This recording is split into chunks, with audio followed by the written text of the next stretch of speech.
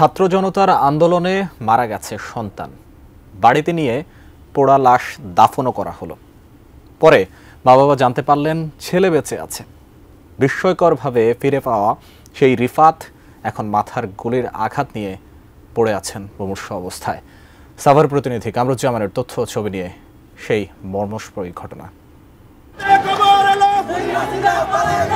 ছাত্র জনতার অভ্যুত্থানে আওয়ামী লীগ সরকারের পতন হলে বিজয় মিছিলে যোগ দেন ১৯ বছরের যুবক মোহাম্মদ রিফাত হোসেন। এরপর তিনি আর সাভারের আশুলিয়ার বাসায় ফেরেননি। মা বাবা হাসপাতাল ক্লিনিকে ছেলের খোঁজ করেন, কিন্তু পাননি। ৬ আগস্ট রিফাতের বাবা আশুলিয়া থানার সামনে স্তূপ করে রাখা পোড়া লাশের মাঝে সন্তানকে খোঁজেন। একটি পোড়া মৃতদেহ নিজের ছেলের মতো মনে হলে বগুড়ায় গ্রামের বাড়িতে নিয়ে যান। সেখানে দাফন করে মিলাদ পড়িয়ে আশুলিয়ায় ফেরেন। হঠাৎ মা বাবা জানতে পারেন তাদের ছেলে বেঁচে আছেন।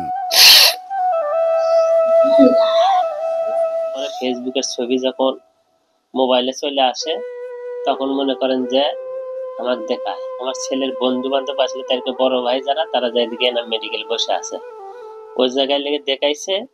দেখানোর পরে মনে করেন যে হ্যাঁ, দেখে আমার ছেলে বেঁচে আছে। পুত্র শোকে কাতর বাবা মা যখন জানতে পারেন তাদের ছেলে মারা যায়নি, বেঁচে আছে, আনন্দে আত্মহারা হয়ে পড়েন তারা।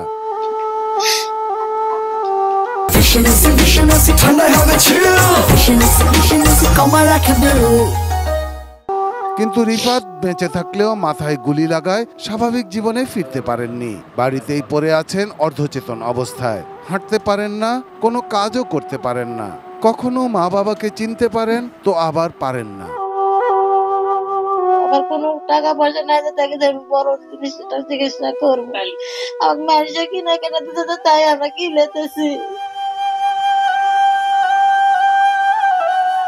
আশুলিয়ার দারুল ইসলাম ফাজিল মাদ্রাসার আলিম দ্বিতীয় বর্ষের ছাত্র মোহাম্মদ রিফাত হোসেন। ফেসবুকে এনাম মেডিকেলের দেয়া ছবি ও পোস্ট থেকে খুঁজে পাওয়া যায় তাকে।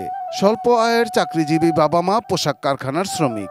সন্তানকে ফিরে পেলেও তার চিকিৎসা ও ভবিষ্যৎ নিয়ে দুশ্চিন্তা, অনিশ্চয়তায় কাটছে তাদের দিন। Shahidul Rana, desk report, ATN news.